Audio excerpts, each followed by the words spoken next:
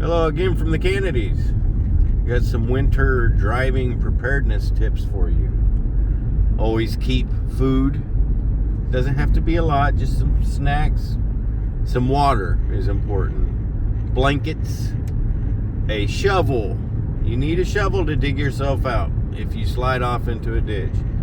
I keep kitty litter, but some people will keep gravel or sawdust or wood chips, just something you can throw under your tires to get traction. I highly recommend cat litter. It seems to be the most effective per pound weight and space occupier in your vehicle.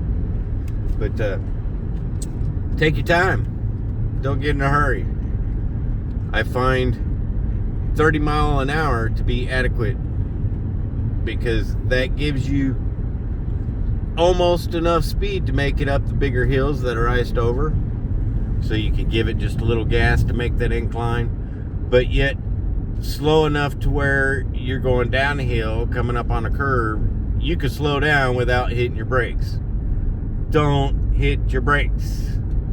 You hit your brakes, it sets you into a slide. Now, if you find yourself sliding, if the back end of the car is moving towards the passenger side of the car, turn your steering wheel towards the passenger side of the car. This will counter the slide. This will help you regain control. Now keep in mind that's totally situational, because if you're on black ice, I don't care if you have four-wheel drive, there is no control. There is no traction. Unless if you have metal nailed spike tires, which aren't very common, and if you do, they're outrageously priced, and you don't have to worry about it. But even then, you can still lose traction, believe it or not. That ice, black ice, is some nasty, nasty stuff. Now, you're saying, what's black ice? Some people don't know. If it's frozen, and you're looking at the road, and it looks wet, that's not water. It looks like a wet black spot, that's ice. That's black ice, and it has, it's slicker than snot on a brass doorknob. You will lose traction. But the main thing is, don't get in a hurry. Stay home if at all possible. Don't get out in it unless if you absolutely have to, because it's not worth it, and you risk and endanger yours and others' lives with the more people that are on the road.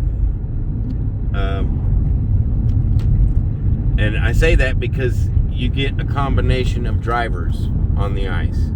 You get the people who aren't comfortable or a little skittish, they're doing 15 mile an hour scared.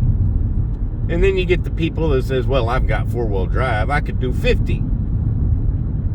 And you put them together on one road. That's where most of our accidents come from on this ice. I wished they would make a common sense law to where if the ice is on the road and it's snowy and frozen like this, then there should be a maximum speed limit of, say, 40 mile an hour. People trying to do 70 on this crap on the highway, sorry, but you deserve to slide off the highway. And I hope you don't kill any of the sane people when you go, because it's stupid. Use common sense. I mean, I've seen semis plowing down the highway 60, 70 mile an hour in this crap, because they're in a hurry to get home. There's a lot of weight under them semis. You're not going to stop. Slow it down. But everybody stay home if you can. It's still snowing here in Missouri. I don't know if you can see the roads,